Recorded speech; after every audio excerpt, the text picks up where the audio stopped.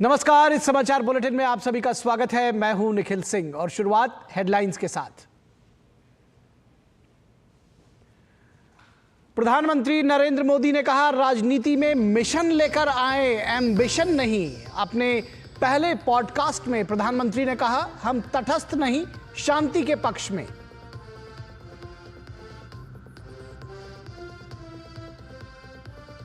पूर्वांचल के लोगों के खिलाफ अरविंद केजरीवाल की टिप्पणी के विरोध में भाजपा कार्यकर्ताओं और समर्थकों का जोरदार प्रदर्शन। दिल्ली विधानसभा चुनाव के लिए नामांकन प्रक्रिया जारी।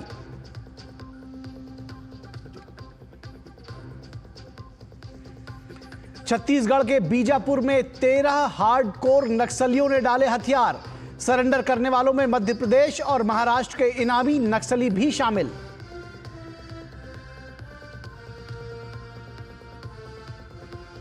और प्रयागराज में महाकुंभ के लिए आकाशवाणी के विशेष रेडियो चैनल कुंभ वाणी का शुभारंभ। 103.5 मेगाहर्ट्ज पर मिलेगी महाकुंभ की हर जानकारी।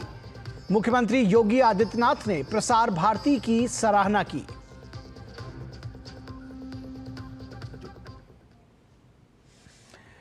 और चंद्रयान 2 की लॉन्चिंग को लेकर प्रधानमंत्री ने अपने संस्मरण सुनाए। ये उनके पहले पॉडकास्ट की बात हो रही है। वो जीरोधा के सह संस्थापक निखिल कामत द्वारा होस्ट किए गए पीपल बाय WTF नामक पॉडकास्ट पर अपनी बात रख रहे थे।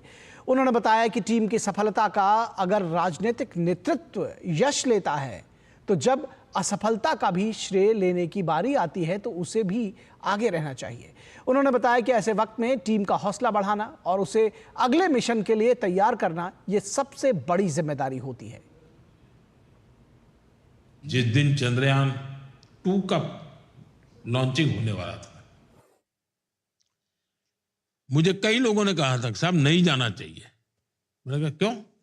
बोले साहब ये तो अनसर्टेन होता है, दुनिया में हर देश फेल जाते हैं, 4-4, 6-6 बार करने के बाद होते हैं, आप जाएंगे और कुछ हो गया तो मैंने कहा क्या है, अपयश लेने की मेरी कोई जिम्मेवारी नहीं। क्या मैं गया और हुआ ऐसा कि चंद्रयान लॉन्चिंग में हम लास्ट सेकंड बिखर गए।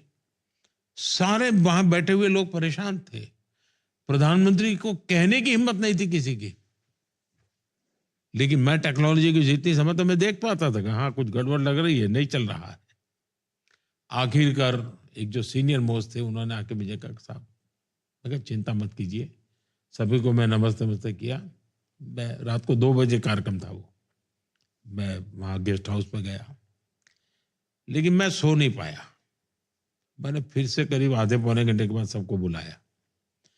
मैंने कहा देखिए अगर ये लोग थक ना गए हो तो मैं सुबह 7 बजे इनको मिलना चाहता हूँ जाने से पहले, क्योंकि देश को बहुत बड़ा सेटबैक था।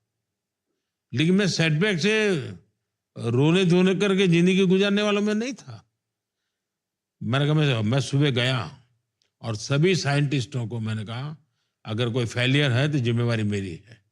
आपने प्रयास किया, आप निराश मत होइए।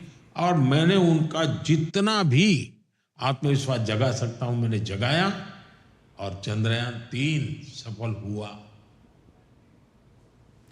और प्रधानमंत्री नरेंद्र मोदी ने कहा कि राजनीति में किसी को व्यक्तिगत महत्वाकांक्षा से नहीं बल्कि एक मिशन के साथ प्रवेश करना चाहिए। राजनीति के क्षेत्र में प्रवेश करने के लिए आवश्यक कौशल पर बोलते हुए प्रधानमंत्री ने कहा कि लोगों का दिल जीतना एक राजनेता का सबसे महत्वपूर्ण कार्य है। प्रधानमंत्री ने कहा कि राजनीति में प्रवेश करने के लिए आपको एक अच्छा टीम प्लेयर होना चाहिए। पॉलिटिशियन बनना वो एक पार्ट है और पॉलिटिक्स में सफल होना वो दूसरी चीज है। तो 2 अलग तरीके से। तो एक तो हो गया है राजनीति में आना, दूसरा होना है सफल होना। मैं मानता हूं कि उसके लिए तो आपका एक डेडिकेशन चाहिए, कमिटमेंट चाहिए, जनता के सुख दुख के आप साथी होने चाहिए, आप एक्चुअली अच्छे टीम प्लेयर होने चाहिए। आप ये कहो कि मैं तिस्मार खां हूं और मैं सबको चलाऊंगा और दौड़ाऊंगा, सब मेरा हुक्म मानेंगे, तो वो हो सकता है उसकी राजनीति चल जाए, चुनाव जीत जाए, लेकिन वो सफल राजनेता बनेगा गारंटी नहीं है। और प्रधानमंत्री ने राजनीति में विचारधारा और आदर्शवाद के बीच आदर्शवाद को महत्वपूर्ण माना। अपने पहले पॉडकास्ट इंटरव्यू में उन्होंने कहा कि विचारधाराओं से ज्यादा महत्व आशीर्वाद का है। उन्होंने कहा कि विचारधारा के बगैर राजनीति होगी ऐसा वो नहीं कहते हैं, लेकिन आदर्शवाद की बहुत जरूरत होती है। उन्होंने कहा कि स्वतंत्रता के पहले भले ही गांधी और सावरकर के रास्ते अलग अलग रहे हों, लेकिन दोनों की विचारधारा देश की आजादी थी। आइडियोलॉजी से भी ज्यादा आइडियलिज्म का महत्व है। आइडियोलॉजी के बिना राजनीति होगी ऐसा मैं नहीं कहता हूं, लेकिन आइडियलिज्म, आदर्शवाद, इसकी बहुत जरूरत होती है। जैसे आजादी के पहले क्या आइडियोलॉजी थी भाई? आंदोलन चलता, फ्रीडम, आजादी, वही एक आइडियोलॉजी थी। गांधी जी का रास्ता जुदा था, आइडियोलॉजी आजादी। सावरकर का रास्ता अपना था, आइडियोलॉजी अलग। कौन? और राजनीति में अपने प्रवेश और उसके बाद किए जा रहे कार्यों का श्रेय प्रधानमंत्री मोदी ने मुसीबतों को दिया है। दरअसल पॉडकास्ट में उन्होंने बताया कि मुसीबत उनका विश्वविद्यालय उन्होंने जिससे बहुत कुछ सीखा है। प्रधानमंत्री ने आजादी के 75 साल बाद आज नलों के जरिए हर घर जल पहुंचाने के पीछे की सोच का जिक्र करते हुए कहा कि उन्होंने जो जिंदगी जी है वहां से उन्होंने बहुत कुछ सीखा है। उन्होंने बताया कि जिस राज्य से वो आते हैं वहां पर उन्होंने माताओं बहनों को पानी लाने के लिए 2-2, 3-3 किलोमीटर जाते हुए देखा था। उनकी योजनाओं के पीछे वही संवेदनाएं हैं जो काम करती हैं। उन्होंने कहा कि योजनाएं पहले भी रही होंगी, वो योजनाओं का क्लेम नहीं करते। सपने पहले भी लोगों ने देखे होंगे, लेकिन वो सपनों के लिए खप जाते हैं क्योंकि उन्होंने इन मुसीबतों को महसूस किया है। राजनीति में इमोशन से बाहर रहने की अनिवार्यता बताते हुए प्रधानमंत्री मोदी ने अपने राजनीतिक जीवन में गोधरा कांड की स्मृति भी साझा की।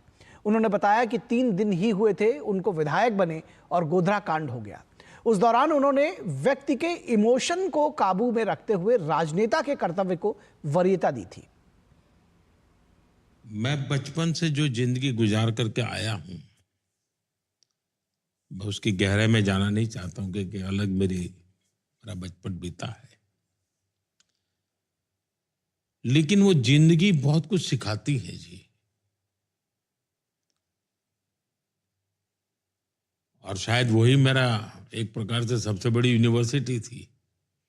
मुसीबत यूनिवर्सिटी है मेरे लिए जो मुझे सिखाती है।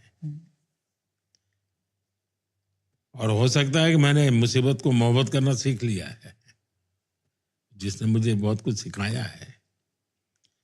मैं उस राज्य से आता हूं जहां मैंने माताओं बहनों को सर पे घड़ा लेकर के 2-2, 3-3 किलोमीटर पानी के लिए जाते देखा है।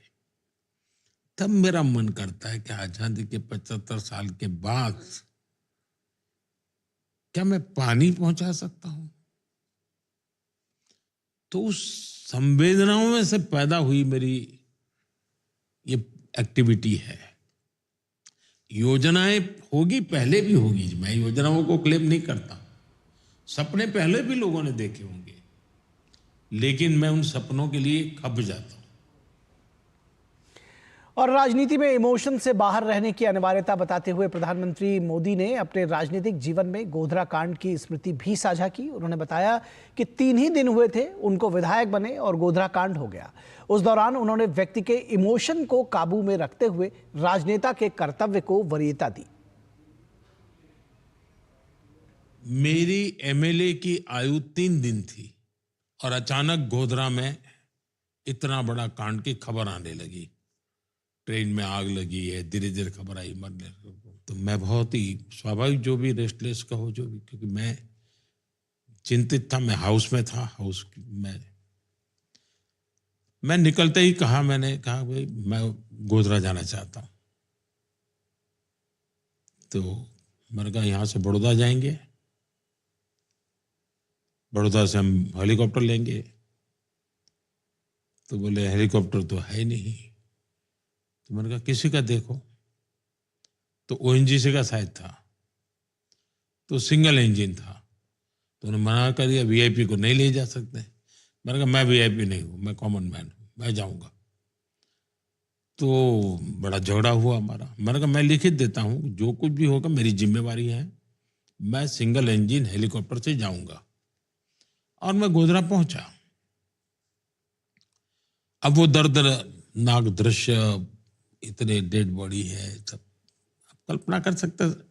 मैं भी इंसान हूं, मुझे भी सब कुछ हुआ जो होना था, लेकिन मुझे मालूम था कि मैं एक ऐसे पद पर बैठा हूं कि मुझे मेरे इमोशंस को, मेरी ये जो नेचुरल टेंडेंसी मनुष्य की होती है, उन सब से बाहर रहना होगा, सबसे ऊपर रहना होगा। और जो भी कर सकता हूं करके मैंने कोशिश की अपने आप को संभालने की।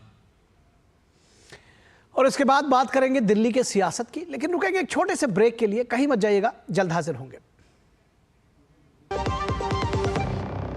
जब धरती चीर कर निकलता है लोहे का पत्थर और मिलता है मोंगिया के जोश से, फिर तपता है, पिघलता है और बनता है फौलाद।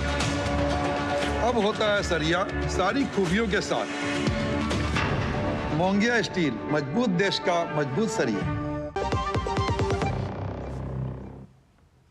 स्वागत है आपका ब्रेक के बाद। और पूर्वांचल के लोगों के खिलाफ अरविंद केजरीवाल की टिप्पणी के विरोध में भाजपा कार्यकर्ताओं और समर्थकों ने विरोध प्रदर्शन किया। भारी संख्या में पहुंचे कार्यकर्ताओं ने अशोक रोड से अरविंद केजरीवाल के आवास तक पूर्वांचल सम्मान मार्च निकाला। अरविंद केजरीवाल के फिरोज शाह रोड स्थित आवास के बाहर भाजपा कार्यकर्ताओं ने धरना प्रदर्शन दिया। विरोध प्रदर्शन पर काबू पाने के लिए दिल्ली पुलिस ने भाजपा कार्यकर्ताओं पर वाटर कैनन का इस्तेमाल किया। इस दौरान दिल्ली पुलिस ने भाजपा कार्यकर्ताओं और समर्थकों को हिरासत में भी ले लिया है। दरअसल अरविंद केजरीवाल ने फर्जी वोट को लेकर पूर्वांचल के निवासियों पर सवाल उठाए थे और आरोप लगाए थे, जिसके बाद केजरीवाल की टिप्पणी को लेकर भाजपा हमलावर है।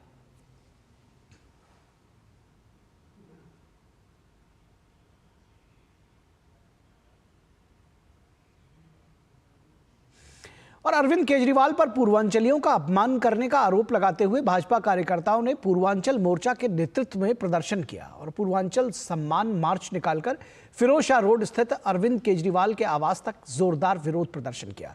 विरोध प्रदर्शन में शामिल हुए बीजेपी के उपाध्यक्ष दिनेश प्रताप सिंह ने से बात की हमारे संवाददाता धीरज कुमार ने।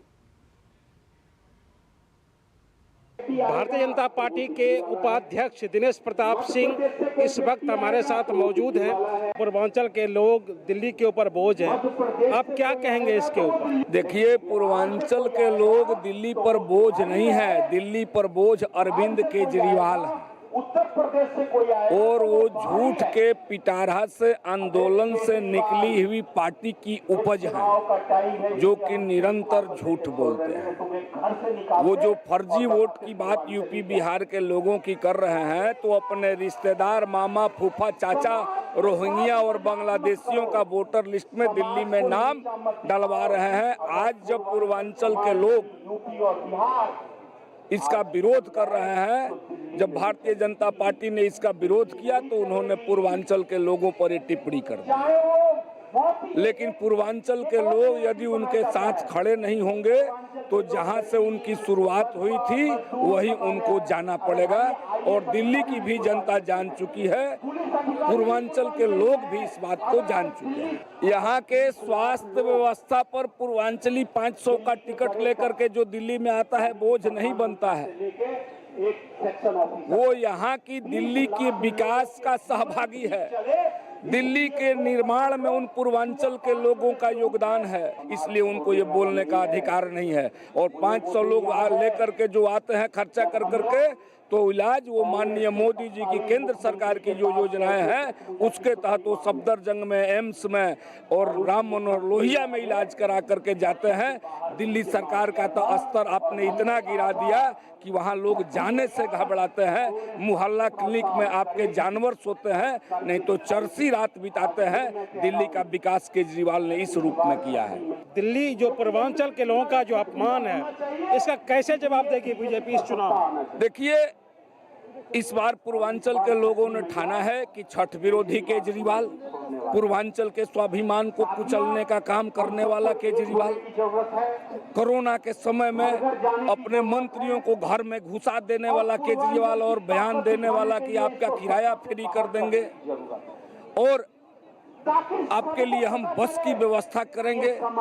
आनंद विहार का दृश्य आपको याद होगा कि अफरा तफरा की स्थिति बनी हुई थी, बहुत लोग घायल हो गए थे, बहुतों को अपने घर यहाँ से पैदल जाना पड़ा। उस समय में भी अगर उनके साथ कोई खड़ा था तो भारतीय जनता पार्टी का कार्यकर्ता खड़ा था। कैमरामैन मोहित के साथ धीरज कुमार, डीडी न्यूज, दिल्ली। और चुनाव आयोग ने आज दिल्ली विधानसभा चुनाव के लिए अधिसूचना जारी कर दी, जिसके बाद उम्मीदवार आज से लेकर 17 जनवरी तक नामांकन दाखिल कर सकेंगे। वहीं नामांकन पत्रों की जांच 18 जनवरी को की जाएगी। उम्मीदवार के पास 20 जनवरी तक उम्मीदवारी वापस लेने का विकल्प होगा। जिन सीटों पर राजनीतिक दल अपने प्रत्याशी घोषित कर चुके हैं, वहां आज से प्रचार अभियान में भी तेजी नजर आई। इस बार दिल्ली में आम आदमी पार्टी, बीजेपी और कांग्रेस के बीच कांटे की टक्कर दिखाई दे रही है। दिल्ली में 5 फरवरी को एक चरण में चुनाव होगा और 8 फरवरी को मतगणना होगी। छत्तीसगढ़ के बीजापुर जिले में 13 हार्डकोर माओवादियों ने पुलिस के सामने सरेंडर कर दिया। सरेंडर करने वालों में 13 लाख के इनामी नक्सली शामिल हैं। जिन नक्सलियों ने हथियार डाले हैं उनमें सीसीएम उदय और कटकम सुदर्शन का गनमैन शामिल है। आत्मसमर्पण करने वाले माओवादी मध्य प्रदेश और महाराष्ट्र के गोंदिया डिवीजन में सक्रिय रहे हैं। हथियार छोड़ने वालों को शासन की ओर से पुनर्वास नीति के तहत सुविधाएं दी जाएंगी। फिलहाल सभी को नगद राशि 25,000 रुपए दी गई है।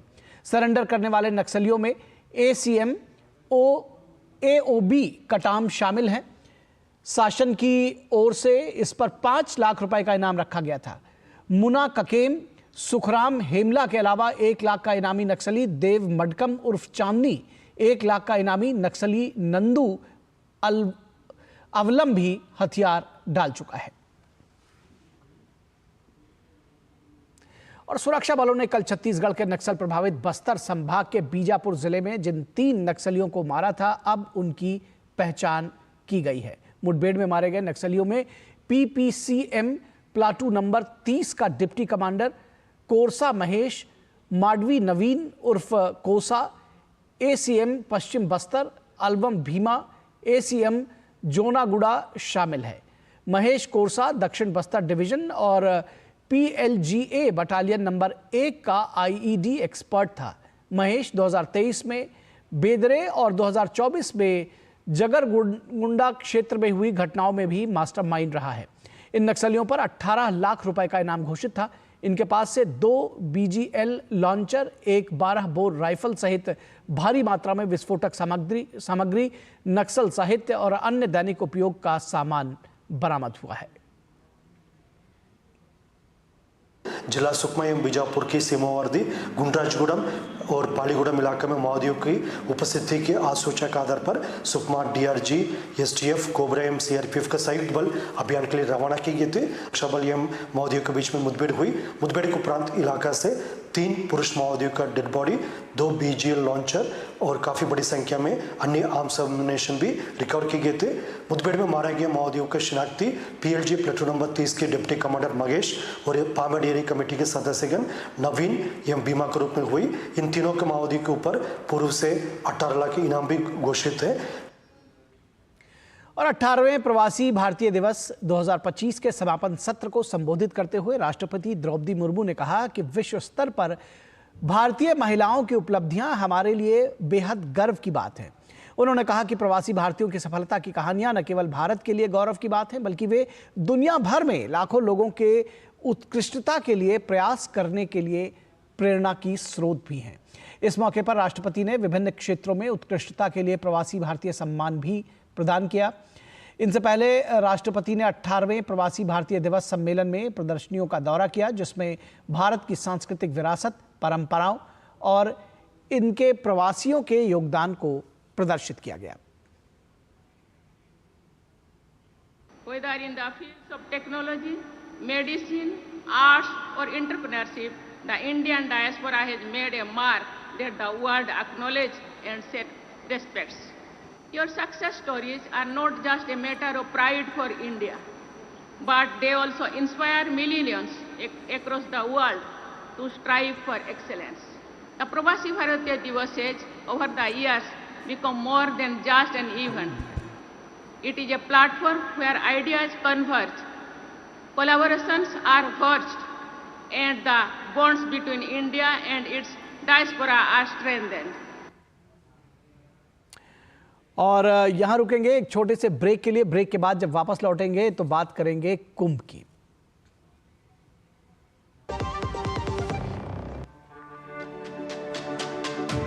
मेरी पसंद, मेरी पसंद, मेरी पसंद, मेरी पसंद, हमारी पसंद, हम सबकी पसंद। मजबूत देश का मजबूत सरिया मोंगिया स्टील।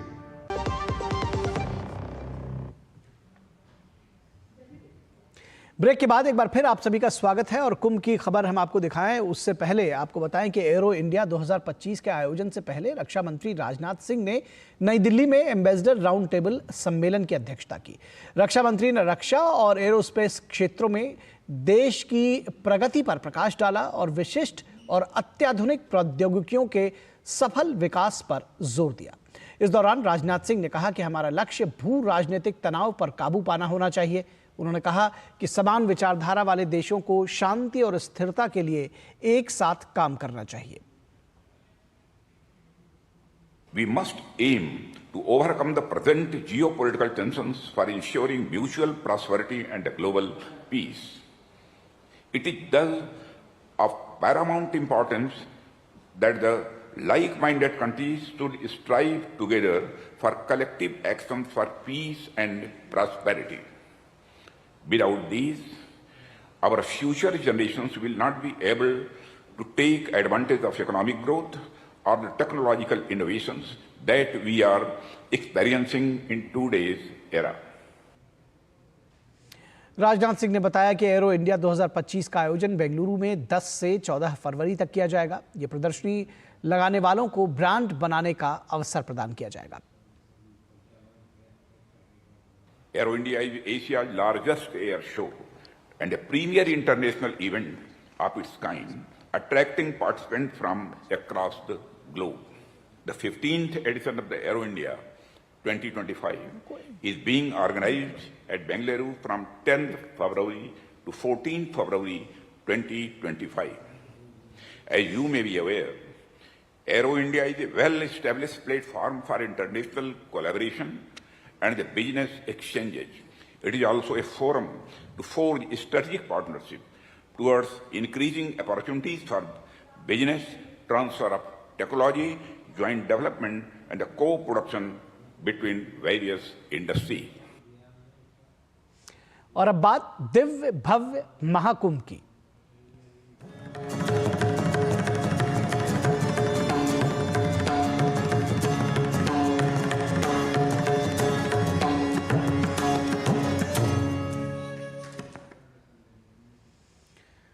उत्तर प्रदेश के मुख्यमंत्री योगी आदित्यनाथ ने सर्किट हाउस प्रयागराज में महाकुंभ 2025 के लिए आकाशवाणी के विशेष कुंभवाणी चैनल FM 103 का लोकार्पण किया। इस अवसर पर केंद्रीय सूचना एवं प्रसारण राज्य मंत्री डॉक्टर एल मुरुगन भी ऑनलाइन माध्यम से कार्यक्रम में शामिल हुए। कुंभवाणी का मकसद दूर दराज में रह रहे लोगों के लिए महाकुंभ का आंखों देखा हाल पहुंचाना है। ये उन लोगों के लिए विशेष रूप से लाभदायक होगा जो कुंभ में भाग लेने के लिए प्रयागराज नहीं आ सकेंगे। देश के लोक सेवा प्रसारक प्रसार भारती की ये पहल न केवल भारत में आस्था की ऐतिहासिक परंपरा को बढ़ावा देगी, बल्कि श्रद्धालुओं को महत्वपूर्ण जानकारी भी देगी और सांस्कृतिक कार्यक्रमों का घर बैठे अनुभव करवाएगी। कार्यक्रम को संबोधित करते हुए मुख्यमंत्री योगी आदित्यनाथ ने प्रसार भारती को धन्यवाद देते हुए कहा कि हर बार प्रसार भारती ने महाकुंभ की जानकारियां लोगों तक पहुंचाई हैं। समय की इस प्रतिस्पर्धा के अनुरूप अपने आप को तैयार करना और दूर दराज के क्षेत्रों में जहां पे कनेक्टिविटी के इश्यू होते हैं, वहां पर बहुत सारी ऐसी चैलेंजेस थी। उन चैलेंजेस को भी ध्यान में रखते हुए एफएम चैनल ने, प्रसार भारती के एफएम चैनल ने 2013 में भी, 2019 में भी और आज जब महाकुंभ के इस आयोजन के हम साक्षी बन रहे हैं, इस अवसर पर भी कुंभवाणी के नाम पर इस विशेष एफएम चैनल को यहां पे शुभारंभ करने की कार्रवाई प्रारंभ की है। मैं इसके लिए उत्तर प्रदेश सरकार की ओर से प्रसार भारती को हृदय से धन्यवाद देता हूं। और सीएम योगी आदित्यनाथ ने महाकुंभ क्षेत्र में बने यूपी स्टेट पवेलियन यानी उत्तर प्रदेश दर्शन मंडपम का उद्घाटन किया। यूपी के पर्यटन विभाग द्वारा महाकुंभ के सेक्टर 7 में 5 एकड़ क्षेत्रफल में तैयार किए गए दर्शन मंडपम में प्रदेश के अलग अलग हिस्सों के पर्यटन सर्किट पर आधारित प्रदर्शनी लगाई है। इसके अलावा एक जिला एक उत्पाद पहल के तहत भी कई स्टॉल्स लगाए गए हैं। उत्तर प्रदेश के साथ ही देश के प्रमुख खान पान से जुड़े स्टॉल्स भी दर्शन मंडपम में लगाए गए हैं। मुख्यमंत्री योगी ने सेक्टर 7 में ही निर्मित कला कुंभ का भी उद्घाटन किया। 5 एकड़ में फैले कला कुंभ में उत्तर प्रदेश की कला, संस्कृति, पुरातत्व के साथ ही कुंभ आयोजनों से संबंधित अभिलेखों की अनूठी प्रदर्शनी लगाई गई है। इसके साथ ही संग्रहालयों, पुरातत्व धरोहरों, सांस्कृतिक विविधताओं और कुंभ से जुड़ी जानकारियों की प्रदर्शनी भी लगाई गई है। और यूपी के सीएम योगी आदित्यनाथ ने पूर्व सांसद स्वर्गीय कमला बहुगुणा की प्रतिमा का अनावरण किया। इस दौरान उत्तर प्रदेश के उप मुख्यमंत्री केशव प्रसाद मौर्य और ब्रजेश पाठक भी मौजूद रहे। सीएम योगी ने प्रतिमा पर श्रद्धांजलि अर्पित करते हुए स्वर्गीय कमला बहुगुणा के व्यक्तित्व पर प्रकाश डाला। इस दौरान सीएम योगी ने भूमाफियाओं पर निशाना साधते हुए कहा कि प्रयागराज की सैकड़ों एकड़ भूमि पर भूमाफियाओं का कब्जा है, जो देर सबेर जरूर हटाया जाएगा। और यहां पर ठीक बोल रही थी प्रोफेसर रीता बहुगुणा जोशी जी कि हम इस होटल के पास ही जो घर थे उस घर में रहा करते थे। उनके कहने का पीछे का उद्देश्य ये भी था कि वे चाहते तो उन मकानों को खरीद सकते थे। शासन के विभिन्न महत्वपूर्ण दायित्वों का निर्वहन करने के बाद भी कभी भी स्वयं के लिए अर्जित करने का भाव नहीं रहा। नहीं तो प्रयागराज में तो सैकड़ों एकड़ भूमि पे तमाम भूमाफियाओं ने कब्जा किया हुआ है और देर सवेर तो खाली होना ही है। और कुछ अन्य खबरों की बात करें तो बिहार कैबिनेट की बैठक में कुल 55 एजेंडों पर मुहर लगी। मुख्यमंत्री नीतीश कुमार की अध्यक्षता में हुई इस बैठक में राज्य के विकास, रोजगार सृजन सहित ढांचागत विकास के एजेंडों पर मुहर लगाई गई। राज्य सरकार ने दरभंगा एयरपोर्ट को अंतर्राष्ट्रीय एयरपोर्ट बनाने के लिए 89.75 एकड़ भूमि के अधिग्रहण के लिए 244 करोड़ 60 लाख 79 हजार रुपए स्वीकृत किए। इसके साथ ही पूर्वी चंपारण जिले में स्थित रक्सौल हवाई अड्डा के विकास के लिए अतिरिक्त 139 एकड़ जमीन के अधिग्रहण के लिए 207 करोड़ 70 लाख 46 हजार रुपए की मंजूरी दी गई। बैठक में मुख्यमंत्री की प्रगति यात्रा से जुड़े 21 प्रस्तावों को मंजूरी दी गई। इन 21 प्रस्तावों के लिए 2,960 करोड़ 48 लाख रुपए स्वीकृत किए गए। साथ ही पूर्वी चंपारण और वैशाली जिलों में बुनियादी ढांचे को मजबूत करने के लिए 2 बड़ी परियोजनाओं को भी स्वीकृति दी गई है। पूर्वी चंपारण जिले के महसी प्रखंड में बूढ़ी गंडक नदी के इब्राहिमपुर घाट पर आरसीसी पुल निर्माण के लिए 17 करोड़ 50 लाख रुपए को मंजूरी दी गई है, जबकि ताजपुर में 132 केवी की 2 नई बिजली लाइनें स्थापित की जाएंगी। इन परियोजनाओं के से आसपास के क्षेत्रों में बिजली आपूर्ति में सुधार होगा। तो इस समाचार बुलेटिन में बस इतना ही। हमारी पूरी टीम को दीजिए इजाजत। नमस्कार।